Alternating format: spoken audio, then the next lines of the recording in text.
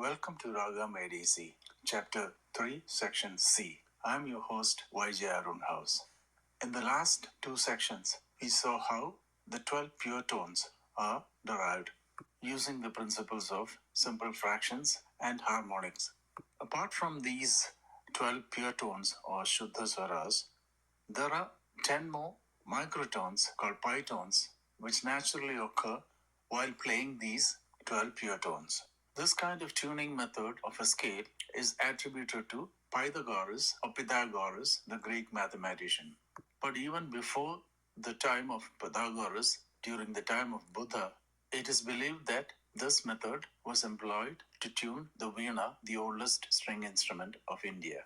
Whether Pythagoras came to India and learned the reincarnation theory as well as the tuning theory and went back to Greece and promoted both these by plagiarizing them is not our concern.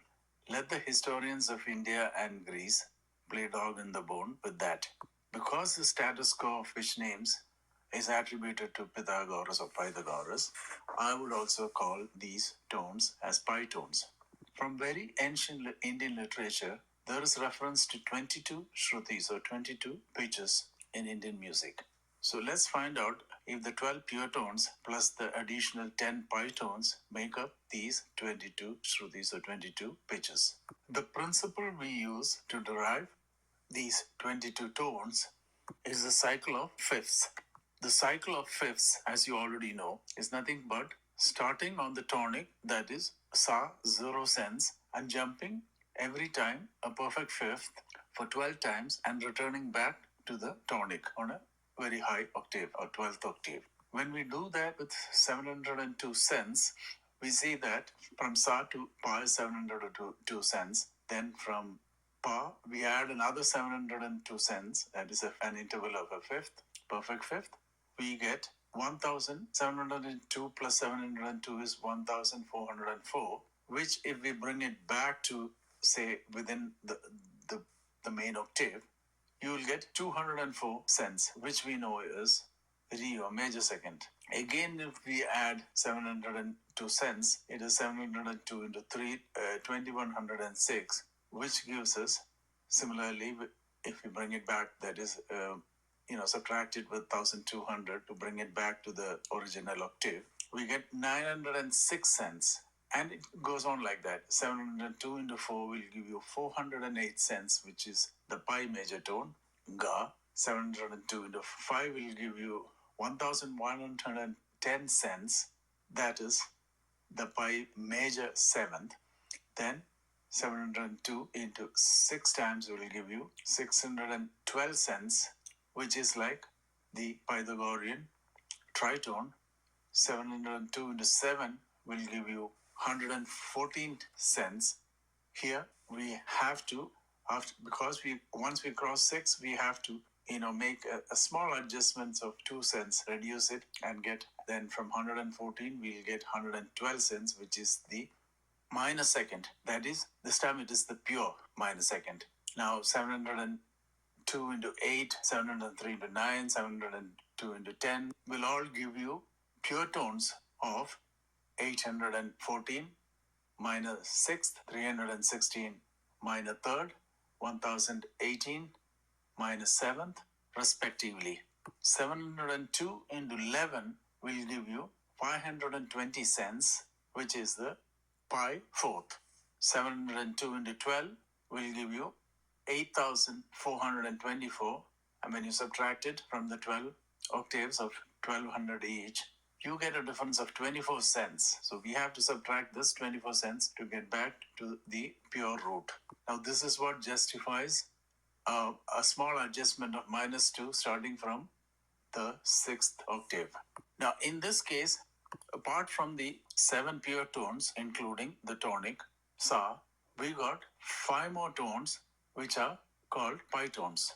Major third 408 cents, that is pi major third 408 cents, pi tritone 612 cents, pi major sixth 906 cents, and pi major seventh 1110 cents. Now if we use the cycle of fourth as a principle, we will get another 5 pi tones, which will bring the total pi tones to 10. So 12 pure tones plus 10 pi tones gives us 22 tones or 22 microtones. Cycle of fourth is nothing but cycle of fifth in a descending order. Earlier we saw the ascending order of the fifth. Now if we go descending order of the fourth, you will get some more pitches. That is 1200, which is the octave Sa, minus 702 cents will give you 498 cents, which is the perfect fourth. And then again you come down 702 cents, you get to 204 cents below zero, which is nothing but 996 cents or Pythagorean minor seventh. In the table on the screen, instead of going descending with 702 cents, I have gone ascending with 498 cents, which is the cycle of fourths. Both would give the same results. If you want, you can test it out yourself.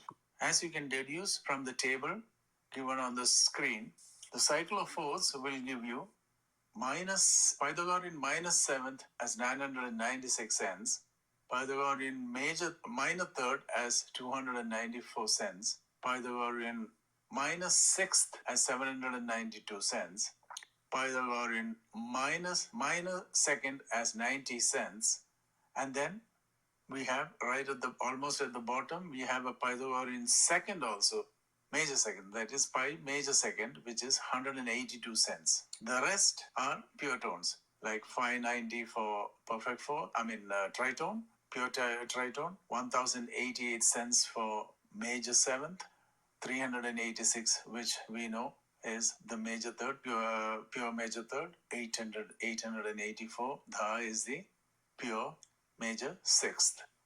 In the table, you will notice that 498 into 11 gives you 680 cents. And this 680 cents is a total absolute no-no.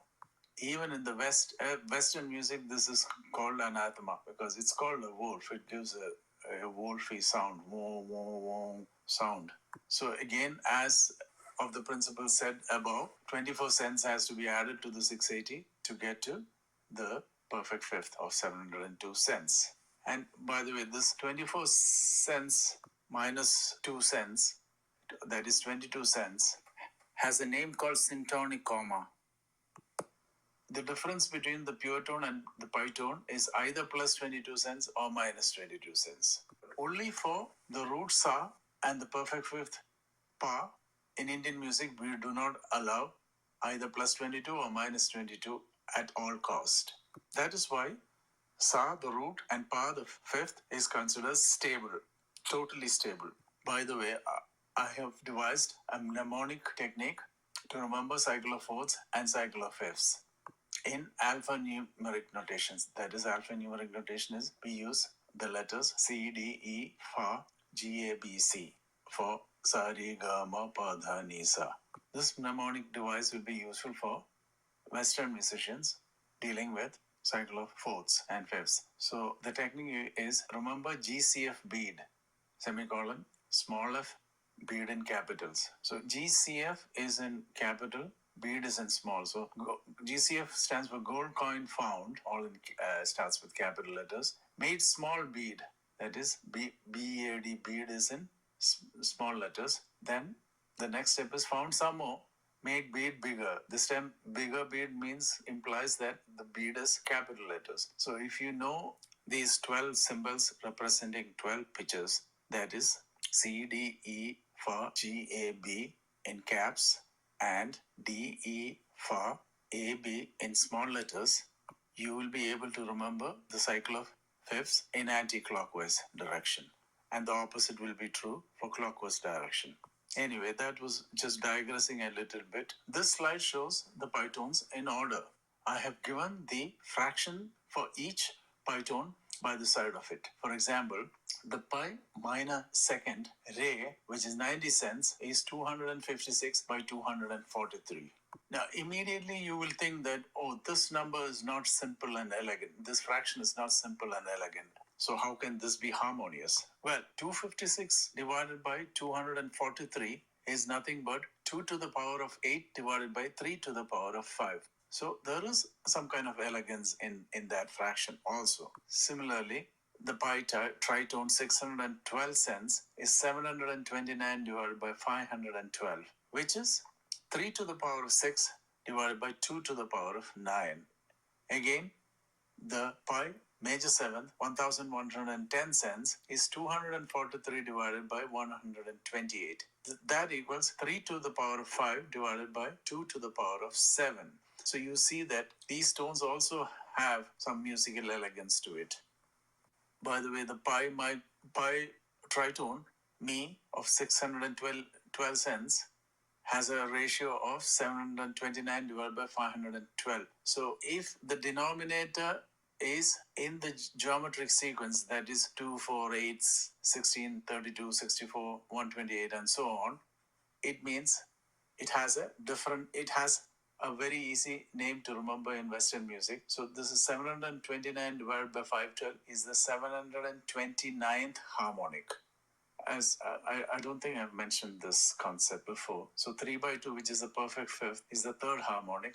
5 by 4, which is the major third, is the fifth harmonic, and so on. So similarly, you see that the last line, that is pi major seventh, 1110 cents, is 243 divided by 128. 128 falls in the geometric sequence of 2, right? So this is also called the 243rd harmonic.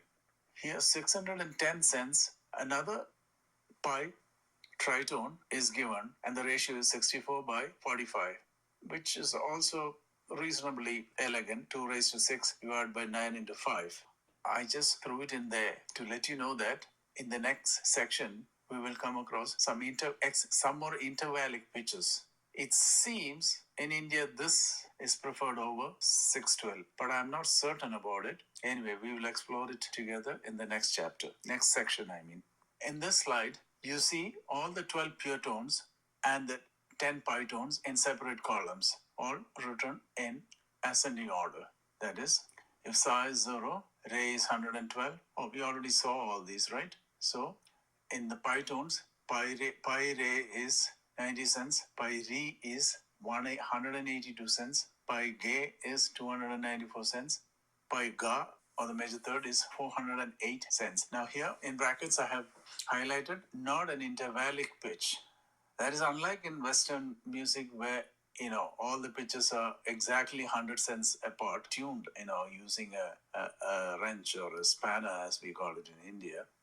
It is tuned exactly to 100 cents, whereas as I've told you before, the human voice or the vocal cords cannot use a wrench. So a good singer, a natural singer, will naturally produce these pitches.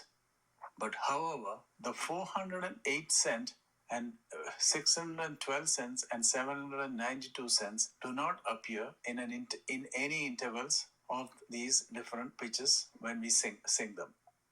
So this is actually a good segue for the next section where I will deal with intervallic pitches. So apart from these 22 pitches, 22 microtones, we get about a couple of intervallic pitches which naturally occur when you are singing these 12 pitches, these 12 pure tones. Automatically it creeps up, you cannot avoid it. So we will talk about those intervallic pitches in the next section.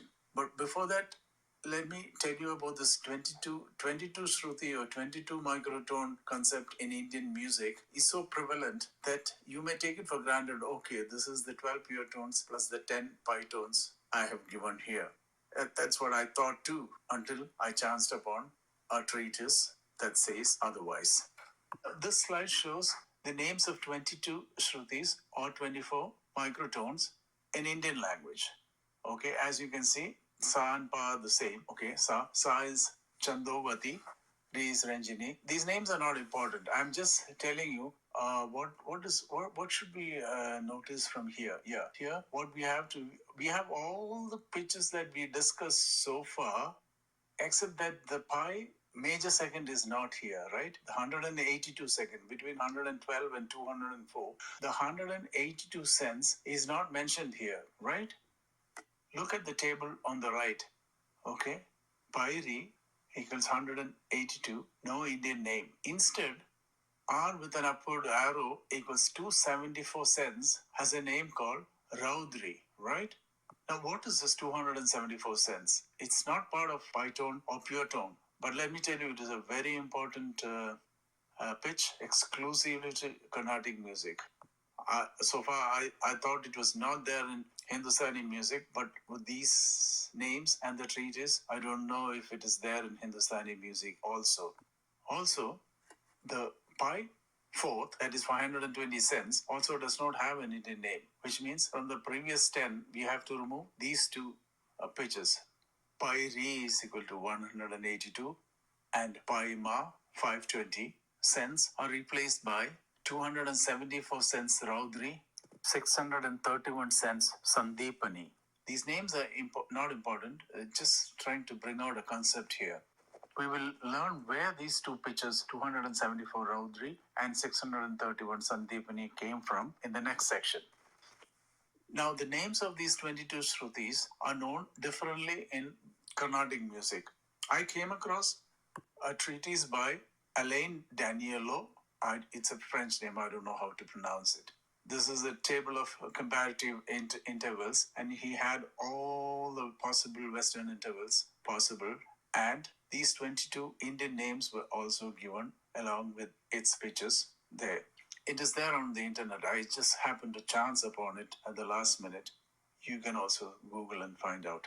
Now, I don't have a clue where Alain got these names from the pitches, whether it's from ancient texts, because it is not there in South Indian music as far as I know. So probably it's from the ancient texts of North India in Sanskrit. And by the way, this treatise was published by the Aurobindo Ashram of Pondicherry. So I give some credibility to it.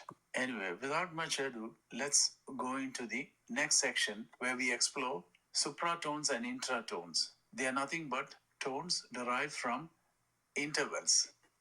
As you know by now, because pure tones have an uneven distribution of pitches, that is not exactly 100 cents difference between every pitch, it also creates some intervallic pitches. So, see you in the next section. Thank you for watching. And if there are music geeks like you know of, please forward it to them, because this is going to be very important to, not just musicologists, but anybody who's composing and anybody who's producing music, and including sound engineers, should know all these things. At least a general understanding, not that you have to memorize all these and, use it to enhance your career, but you will get a great grip on how your music should sound, because each tone, because these are microtones, each tone is going to give a different mood to it. So your songwriting and or composing ability will change. Even being aware of it, your singing also can be enhanced. Please subscribe and remember to click the like button. Bye for now.